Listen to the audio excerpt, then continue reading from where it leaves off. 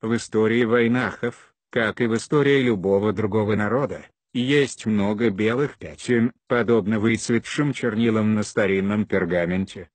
Восстановить недостающие строки занятие нелегкое, требующее знания, скрупулезности и терпения. Часто бывает так, что существующие стереотипы мешают исследователю выйти за рамки пространства и времени. Что делать, если факты, обнаруженные в архиве истории, то есть в языке, увлекают нас в древние культуры и цивилизации?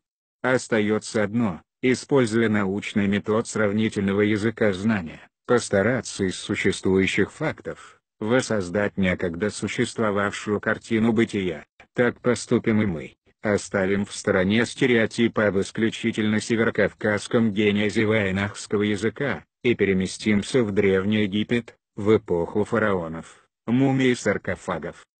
Из истории Древнего Египта нам известен существовавший в эпоху фараонов институт погребения.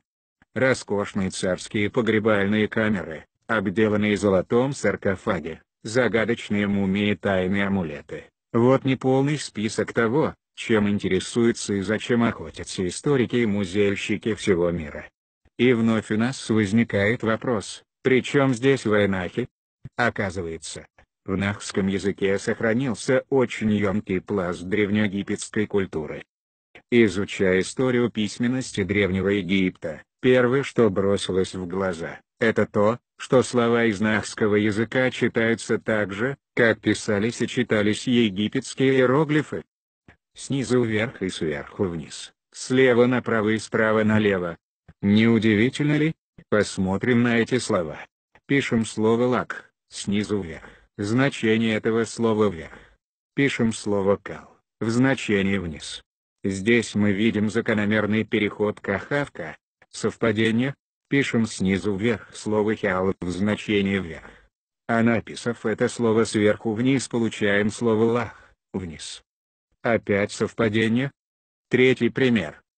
Слово «чак», усилить. Также пишем его сверху вниз, с закономерными переходами звуков. При обратном чтении получим слово «геч», смилостивиться.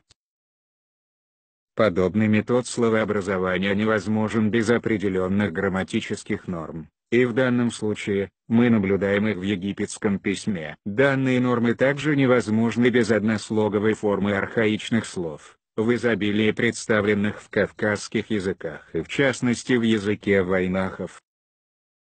Из истории письменности Древнего Египта известно, что до изобретения папируса, египтяне, как и шумеры, писали на глиняных табличках. Удивительно, но в нахском языке сохранилось название той самой шумерской глиняной таблички для письма. Это слово «кихаат», и состоит оно из слов «ка», «рука», и «хаат», «мокрая глина». Вайнахи по сей день называют бумагу словом «кихаат». И как здесь не удивиться, это при том, что народ, известный под этнонимом вайнахи, считается народом бесписьменным. Возникает вопрос, если этот народ считается бесписьменным, то почему в их языке присутствует слово, обозначающее глиняную табличку? Ответ, как видим, не из легких и требующий дальнейших научных поисков.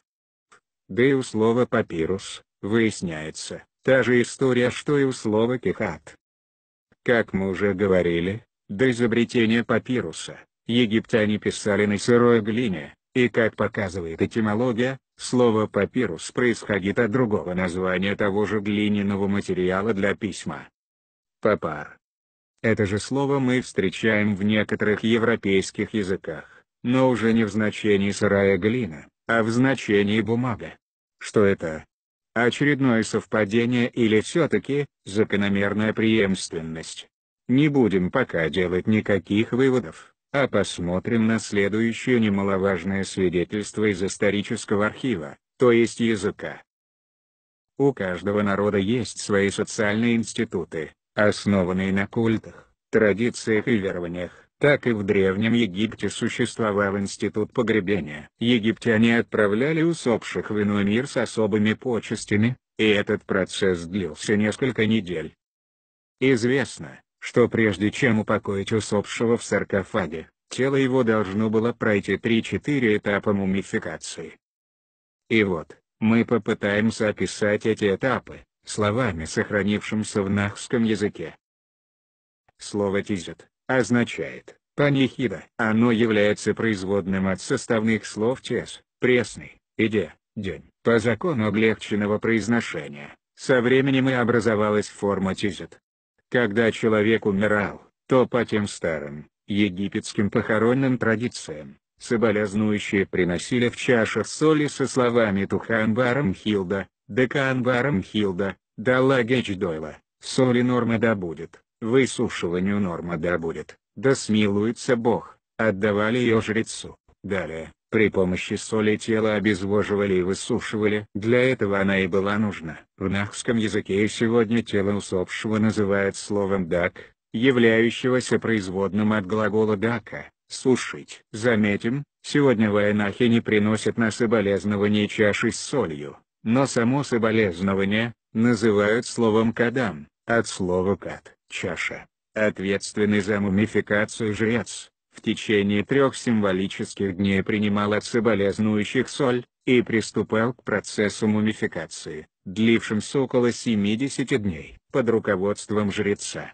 его помощники клали тело на специальный стол, примерно такой же, на котором мусульмане омывают тело усопшего. Под голову клали кирпич, обвернутый в белую ткань. Предназначение его – практическое, так как предстоящая процедура с извлечением органов грозила нелицеприятным извиванием крови через рот и носовую полость. Далее, в животе делали 2 надреза, и, просунув в них руки, находили нужный орган. Специальными, маленькими режущими инструментами отрезали их, и клали их в так называемые канопы. Эта процедура отразилась в слове «киера» — организм, являющимся производным от глагола «каро» — найти. Следующим действием была еще более трудоемкая процедура. Специальным крюком, сквозь носовые отверстия, предстояло извлечь мозг. Таким образом, с минимальными повреждениями тела, извлекались его внутренности, оставшиеся полости промывались специальными растворами, и тело было готово к следующему этапу мумификации.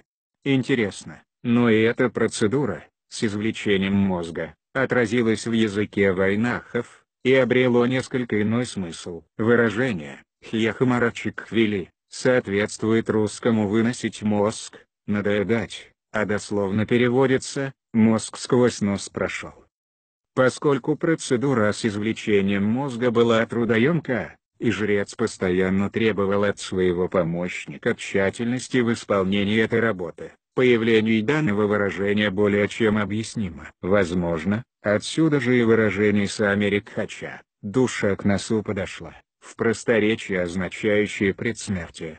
Но уже точно известно, что русское «сумерки» появилось от данного выражения. Следующим этапом было обезвоживание тела. Тело осыпали солью и оставляли на определенный срок.